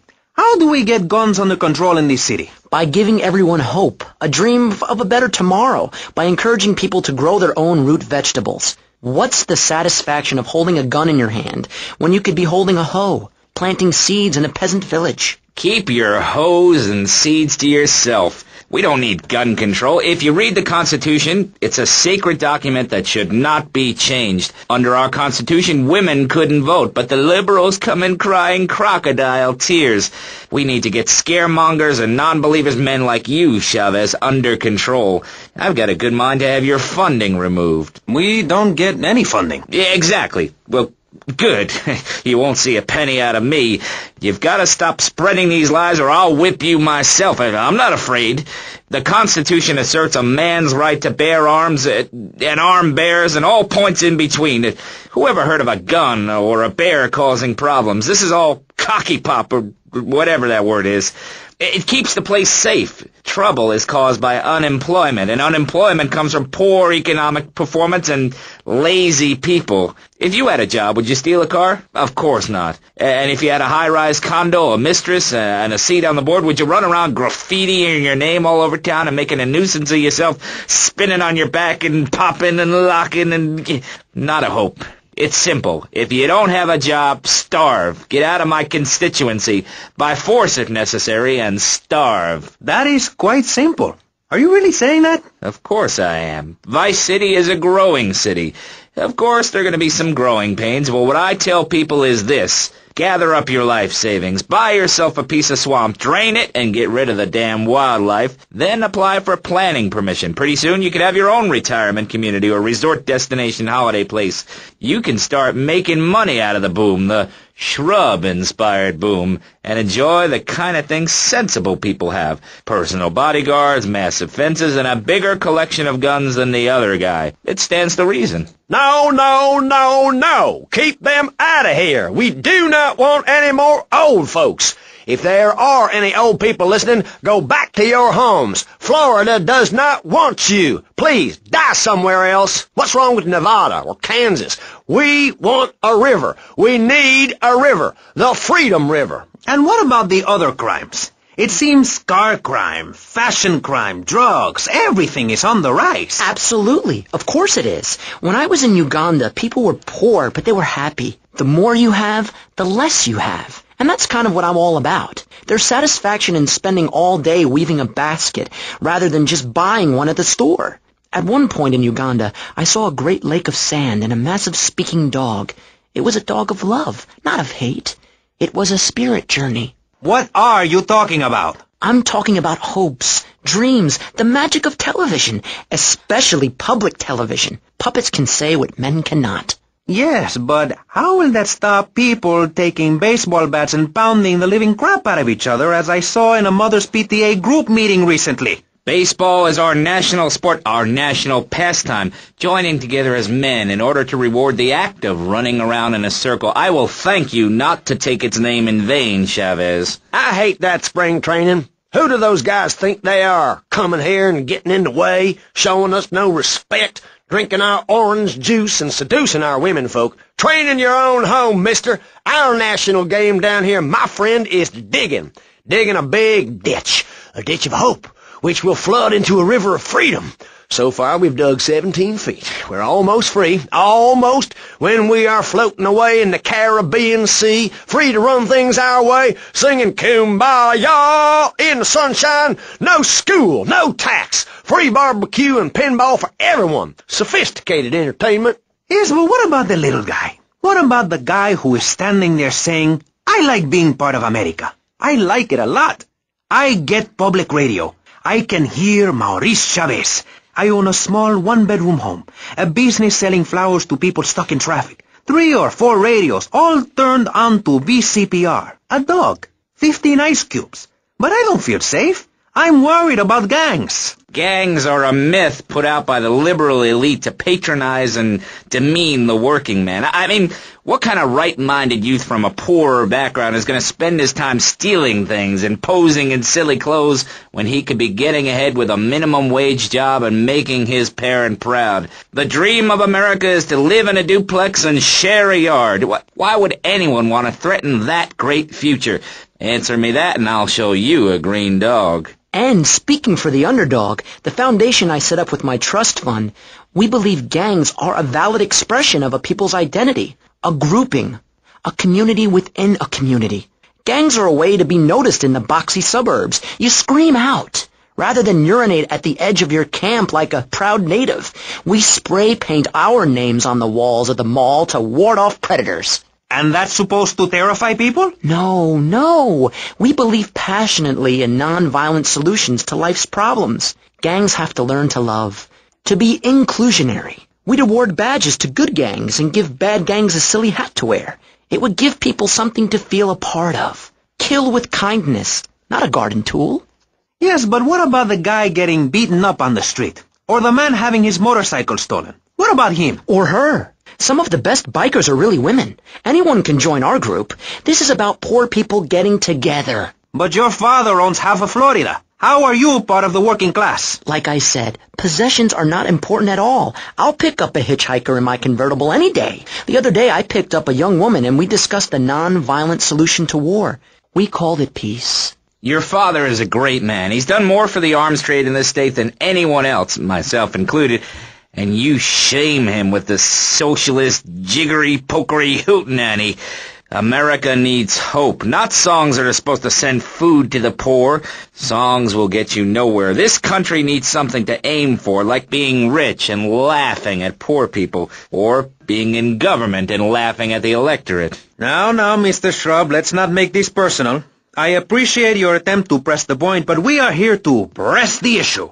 My city is in trouble, and I think we're not really providing any serious solutions. So far, we've got secessionism, rearing its ugly head for the first time in a century and a half. We've got ignore it, and we've got give everyone a flower. You're all a little unrealistic, yes? Come on now. My friend. Maurice? Not to say over-opinionated and moronic, Mr. Crashaw, how do we stop people running amok in the city with machine guns and heavy artillery? You've got to give a man a chance. Prisons are overflowing with wasted potential. Make the guilty men innocent once more. Free them from themselves. How? How on earth do you do that? Well, you could let them off. Marvelous. Great. That's a sensible plan. Then they wouldn't be guilty anymore. We've been doing that for years, you idiot. How do you think we'd keep prison costs down? They ain't by magic or cooking the books. We save that for education. But, as in most things, we in government are saving money so that you don't have to. When we spend less money on services, more goes to administration salaries and expenses, which helps make lives a lot less difficult for everybody. It's about sharing. Sharing your taxes out amongst the select few. That's why I worked so hard at school, so I could reap the rewards now. I thought you worked hard at school because the other kids laughed at you and called you a square. That's a damn lie. They called me wet fart. They called me the Bat because my voice didn't break until I was 19. So, Mr. Shrub, I take it you don't believe in regulation. I believe in giving people a chance, not tying them down with lots of needless regulations. The fact is, business is run by moral people who won't do anything illegal or try to get rich quickly. But since you got elected, Vice City has been characterized by a government who cut aid to the poor, offer tax breaks to the rich, and pay people to dump toxic waste near schools. Yes, we've made a lot of progress. And up on Capitol Hill, you were instrumental in pushing through a bill allowing the manufacture and sale of giggle cream, a dessert with potential lethal consequences. Not true. Only 23 people have died, and several of them probably deserved it. So, with people being set such a bad example by big business, how are they supposed to respect each other, to act safely in society? And how are they policed by a demoralized and underfunded police force? Well, I'm afraid that's apparently quite a difficult question, but my solution is easy. I'm going to talk for a long time about a subject not in any way related, and pretty soon people will forget all about it. I'll remind people that I have a great haircut, and that under my stewardship, Vice City has had on average 15% better weather than before, while crime rates only go up if you don't turn the graph upside down. Turn it upside down, and they have halved. Halved! Under me, Alex Shrub. Vote Shrub for president and you'll have a friendly face in the White House. A man you can trust. A local man who likes golf and laughing and photo opportunities at your store or place of business. Just send me a letter. I'll send you an automated photocopied response. We call it democracy, and that's where the money goes. Just a minute. Don't interrupt. Let me finish. But you're not... This man won't let me speak. You, Shorty, shut up and let me speak. I'm taller than him, ladies and gentlemen, by at least 3 inches, which means I'm a lot more respectable looking. Everyone knows politicians lie and steal and cheat, but at least with me in charge, you know I look good and I have a very supercilious manner. Besides which, I've been abroad, and I prefer it here because I'm a man of the people. Vote Shrub. You'll get richer, and you won't feel guilty about it. Enough! We're running out of time, and you completely failed to answer the question. I'm a professional. That's my job. And Mr. Hickory, what about you? All right, these problems are typical of what happens with an open border to the north. The state is filling up with trash. People who can't tell the difference between a swamp and a marsh. Guys who don't know the first thing about the legality of marrying within the family. That's why we need a river. People, I'm telling you, pick up your spades, go into your garden, start digging as deep and as far as you can. Pretty soon the whole state will be flooded and ruined, and then they'll have to leave. We must build a moat to the north, or they will come down and ruin this great state. And Mr. Hickory, were you born in Florida? What a stupid question of all the cheek. Were you? Of course not. No one's been born in Florida since 1877, but I've been here for 5 years, which is a very long time. Yes, it is. A very long time. Almost as long as this show. Ladies and gentlemen, you're listening to Pressing Issues with me, Maurice Chavez, presiding over some of the least informed debate on the radio. In this episode of Pressing the Issue, we had Alex Shrub, Callum Crayshaw, and John Florida Hickory discussing safety. I guess you've all got to make up your own minds. Should we be as wet as fish, or a corrupt money-grabbing thief? Gentlemen, I feel we really got somewhere, and that Vice City and people everywhere know a lot more than they did before we began. And now, over to Jonathan and Melissa to talk to you about public radio in your area. You're listening to VCPR, the radio station for disoriented and unrealistic college professors who wear fuzzy sweaters and find everything terribly interesting. I'm Michelle Montanius. And I'm Jonathan Freeloader. Public radio is very important. You may have heard my recent hour-long story about my hike in the park. That was fascinating and very important for everyone, even the blind. Play a selection, Jonathan. I think this is the part where I came to the big tree. I almost felt like I was there. You won't get this kind of nauseating detail on commercial radio. VCPR is 100% commercial-free. Absolutely nothing interrupts your enjoyment of our fine programming and ability to tackle the important things like Jonathan's walk in the park. But we need you. Think of yourself as a member of this station, except you aren't allowed in the doors. That's an important metaphor for life. Yes, how wonderful would it be to own an hour of this radio station? We just got an enormous pledge from Farewell Ranch. That's great. Farewell Ranch is a great place to take your loved one. Just dial 866-9-BURY-ME. Remember, VCPR is commercial and interest-free. Donate your money now. Let's get back to pressing issues. And speaking of fatherhood, next is a man who has listeners and some of the staff laughing through tears. Maurice Chavez with Pressing Issues. Okay, hello and welcome to the show. This is Pressing Issues with me, Maurice Chavez. At one time, my show was buried in overnights, but now I am a man on the way up. Today, helping me to press the issue and separate the sweet juice of truth from the pulpy discharge of lies and misunderstanding, we have technologist Martin Graves. First, Martin, please explain to every person listening at home what on earth a technologist is. Hello, Maurice. I'm all about the future and about how technology has the power. That's very interesting, Martin. But let me finish my introductions first, okay? This is my show, a public service to Vice City. Like the man who takes your dead poodle and mounts it on a commemorative plaque at Pet Stuffers. But how can we worry about our elderly family members or dogs soiling themselves when there are nuclear missiles aimed at Vice City? It is well known Vice City is a prime target, as the Russians hate our speedboat culture and enormous melons. But enough of orange analogies for the moment. Okay, so a technologist is... I'm sorry, there are other people on the panel. I said I should press the issue, my friend, not stroke your ego, okay? I don't like that. Please, where do they get these people, eh? Okay, bueno. Next up, we have America's favorite female industrialist, Forbes Waverly III. Hello, Forbes. Hey, Chavez, can we get on with this? There's a real estate closing I have to get to. Has someone got a light? Certainly. And my, those are very empowering cigarettes. Interesting name, by the way. Kind of manly. Not exactly gender-specific, but hey, what do I know? Nothing, clearly. Moving on. Finally, on our little panel of experts, here to press the issue, we have a woman who is a local activist, attending every city council meeting to mouth off. Intense public activist, Bryony Craddock. Hello. Nice to meet you, Bryony. You know, I can't help but notice you're wearing a half shirt and have a large belly. Are you by any chance pregnant? Yes, obviously. Look at me. What do you think? That I was just a fat bitch? Typical patriarch. Hey, okay, hold your temper there. You know, to my people, fertility is very important. The Aztecs all went sterile from UFOs. I read it in a book. Who is this guy? Yeah, thank you, Mr. Grace, for chiming in there. And goldfish live in trees. Welcome. Okay, as I was saying, a pregnant woman is very beautiful. Is it your first? No, dumbass. It's my 16th. 16? Yeah.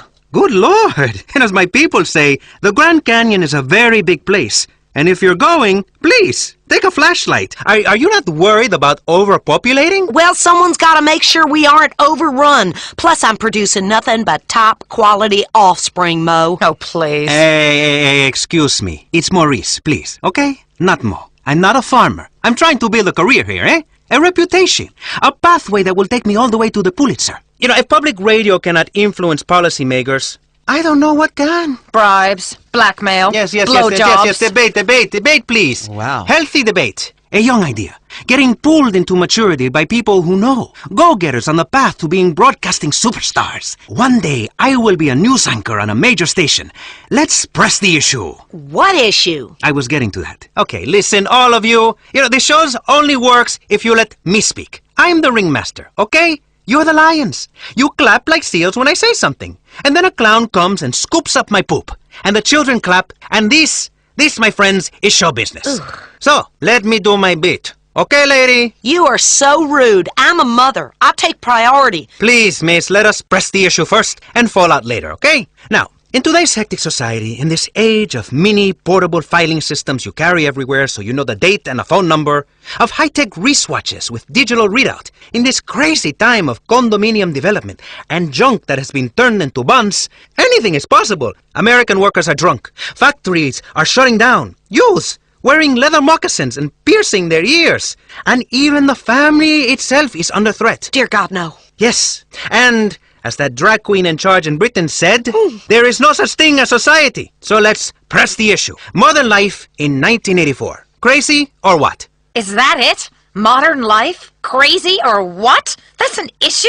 Oh, you are so pathetic, Mr. Hola Man. I was told we were here to discuss labor issues, to discuss deregulating the corporate shackles that are strangling this town. What kind of pathetic loser journalist are you? Yeah, take another drag of your ciggy, Waverly. You know, you make me shiver the way you look at me. Like I shiver in the bathroom, looking down at the urinal. And I say, man, that's a lot of men's hair. Then I say, Maurice, you are packed full of testosterone. You are massive! Ew! Is it just me, or is it just this angle?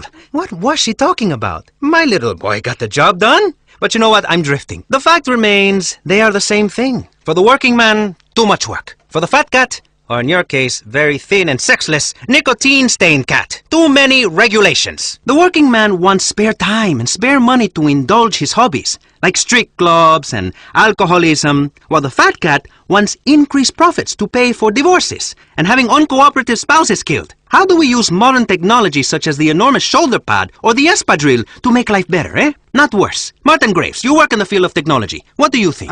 I'm glad that finally, because I've been here. I think the single most incredible thing in the whole universe is the human spleen. Apart from the giraffe's neck. Please, somebody shut him up! Miss, don't be angry. We have the power to save ourselves, and technology is the solution. In less than 5 years, manual labor will be entirely obsolete. I have no idea what you're saying. Go on. In el 20, I can't, I'll get a dictionary. Shops will be staffed by robots. Robots. Coal will be mined by robots. Dogs will be worked by robotic cats. Even the dogs themselves will be robotic. I mean, if you think you want a baby, but don't know for certain, you'll have a robot baby you can build and raise instead. It will drink oil instead of milk. You're a robot. Yes, that is great for the economy. I wish I was a robot. God, that's atrocious. That is inhumane, sir. You're very narrow because you're from low income. Excuse me? Nonsense. Because it's already happening in Japan, Australia. Did you know 1 of 2 babies born in last year in Sweden was a robot? And the rest already act like them. They have the happiest society on the planet. But how are they making these? What are you talking about? I feel like I'm alone in this room. Do robots ever top themselves? Are they ever on top? They're usually bottom. Do robot women ever spend all your money on shoes and complain about how you empty the bank account of $5,000 to own the future? An electronic future? They don't have the conception. Do robots invent idiotic religions? No, but that's not the nothing, point. you silly little tiny person. Excuse me? Excused. What's the difference between an electronic friend I make in my bedroom and the unnecessary fetus you're carrying right now? All right. We both made them. Who are you to say your method is better than mine? Who made you God, You are revolting to use God's name that way. How dare you speak to a pregnant woman like that? Oh, shut up, sweetheart. What? Stop it with that pregnancy stuff. So you've knocked out a few puppies. Good for you. Oh. You expect this little jerk with his midget dick to be nice to you? I don't understand why this is even an issue. This country was founded on the fact that we should take land from whomever. In this case, alligators and swamp people. What the hell? Florida is about development. And I didn't move down here from my beautiful Connecticut to have some hippies stand in the way of progress. My father ignored me throughout my childhood so that I could have loads of money and buy designer shoes and be mean to the help. I don't have time to bang the help, much less be down and out for 9 months. Pregnancy ruins a body. Please, you can just tell by looking at that enormous elephant sitting across from me. Somebody get me some ice cream. What do you know? What would you know about any of this? You are barren. And I'm helping the economy. It is a vast wasteland in that uterine excuse for a body you have. I'm really not happy about the anti-family tone of this panel, especially people who put mothers down. Mothers founded this country and covered wagons with full uteruses. If you didn't have a mother, you would be asexual. And then what would you do on Friday nights when you get lonely? Get a hooker like my husband? Split into two? Mitosis? I mean, you can't raise a kid in this climate. Thank God. These commercials these days, like little lacy surprise. It's disgusting. It's immoral. I like that ad. Certainly, it is a little vulgar. Imagine charging that much for children's underwear. It's impossible to keep my kids from mimicking what they see on TV. All mine wants to do is yell and scream and shout and kill foreigners. What the hell is he watching? He's been watching the State of the Union address. Good kid. And thank God we campaigned successfully to get Crow off the radio in this town. That album was indecent, and I don't like it. And nobody should be able to buy it, ever, ever. Yes, but you know what? I quite like this album. It's so moving. Sounds like El Futuro Blanca. Shiva's got a shiv. And Wet Children in the Rain. Oh. The one that got him in the most trouble, eh? But what is art? Someone explain that to me. Is it tossing cans of paint and chickens into a jet engine? Or is it leaving your friends behind so you can make a lot of money? Like when Crow left Ambulance so he could sing the tune Red Scare. A song about a young woman in the middle of the Soviet bureaucracy that is late for her period. We certainly are pressing the issue. You know what, mister? That kind of trash doesn't need to be on the radio. Especially songs about doing yoga and how to make love for 3 days without coming. Ooh. I don't know what Aztec jazz or Carl Jung is, but my kids shouldn't be exposed to it. Well, all of this spawning leads to one thing. Unworkable economic systems. What? TV shows with 3 boys and 3 girls sharing a bathroom. It's obscene. In my house, where rich people live, we have 6 bathrooms per person, and only the men shower together. Kinky. It's how we were raised. You know what happens when you have collective ownership? A man will come use your tractor and your wife. And I'm not just talking about baking biscuits, sweetheart. I'm talking about making sure that butt in your oven is yours. What? About owning the oven. About owning the whole bakery. Listen, I know it's mine. I haven't even left the hospital bed from delivering a baby, and my husband is already on top of me, wanting a new one. He's a red-blooded American man with a full working penis. He says he's only attracted to me when I've got that motherly glow. I think you're all getting a little too personal. Excuse me? I'm just giving my opinion. I think you're getting a little too personal for this. Gestation's a lie. Science. You should hear what they're teaching young minds in science class in college. Homo superior? Yeah, right. Listen! Education should be privatized, and I don't care whose land we took. This is today, and it's simply not fair that I can't run bingo and sell tax-free cigarettes in clear slums, all because of some hideous, puritanical streak in people. Religion has everything to answer for this. Technology's my religion. For me, an electronic calculator is like the Bible. People used to try to understand the universe through things like parables and abstract ideas. Now we understand it completely with numbers. I can type things and turn the calculator upside down and spell words. Now this is something I'd like to see. Sure, and I know for a fact that life is completely pointless and meaningless. If I have an imaginary friend, I'd be put in a home. But if you let a man wear a dress and write a book about it, they call you a saint. Life is random.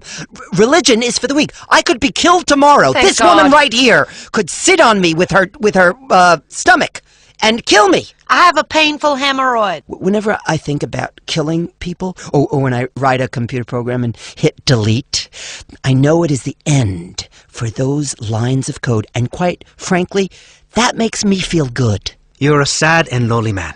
You have some very strange ideas.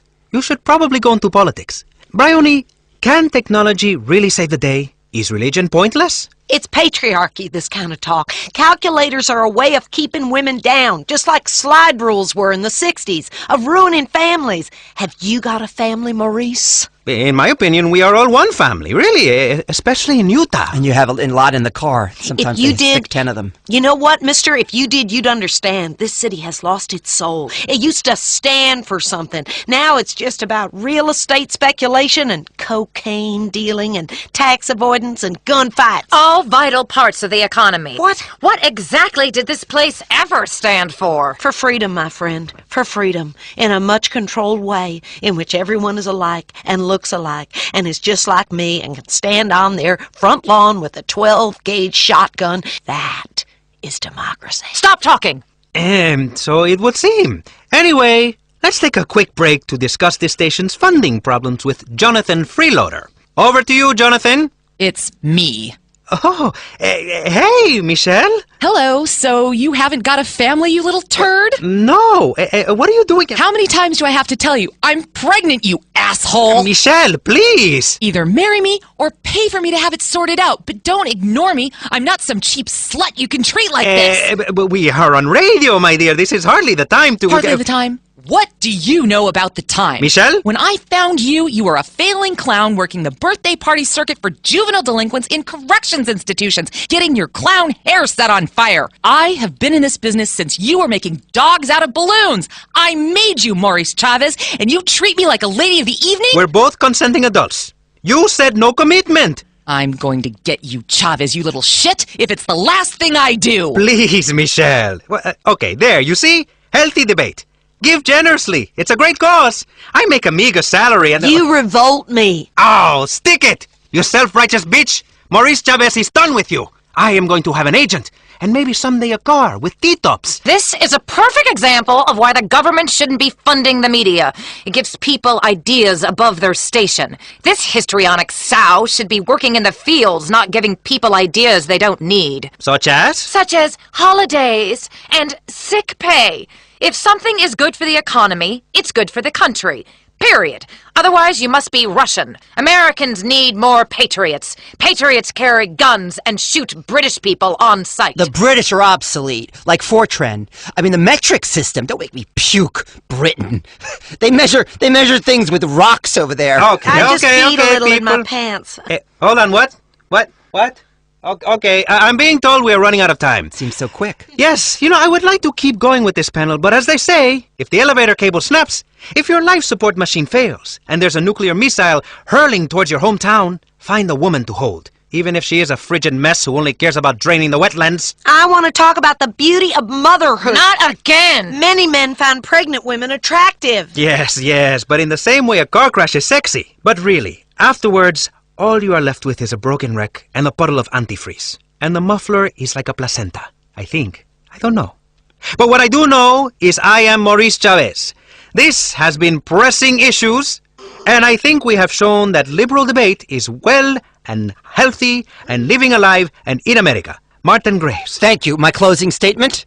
No. Technologist and future serial killer. Forbes Waverly, hateful capitalist with absolutely no human soul and That's completely me. sexless. Bryony? Bryony? Are you okay? Do I look okay, you dumb shit? I'm going into labor. Quick, somebody do something. Ay, Dios mío, what? I have a robotic thing for this. My water That's broke. beautiful. I need a cigarette. Pressing issues Good first, like breaking. American water that broke. Oh my God. Something's wet on me. What's Just relax. I need a cigarette. Let it I out. can't handle this. Okay. Her hemorrhoid just popped. Does anybody Get have? out Do you of have here. any? The head is crowning. Ew, that's It's crowning. disgusting. So someone get some Put it towels. back in. Just And put really, it that's all we back have time in. for. Just breathe. This is She's making a sexy. mess of my studio. Get her out. Ay, Dios mío, this is some Ew. stretched out mess. Oh, I don't God bless even think I can go Dear near one God, of those that's things again. It's disgusting. disgusting.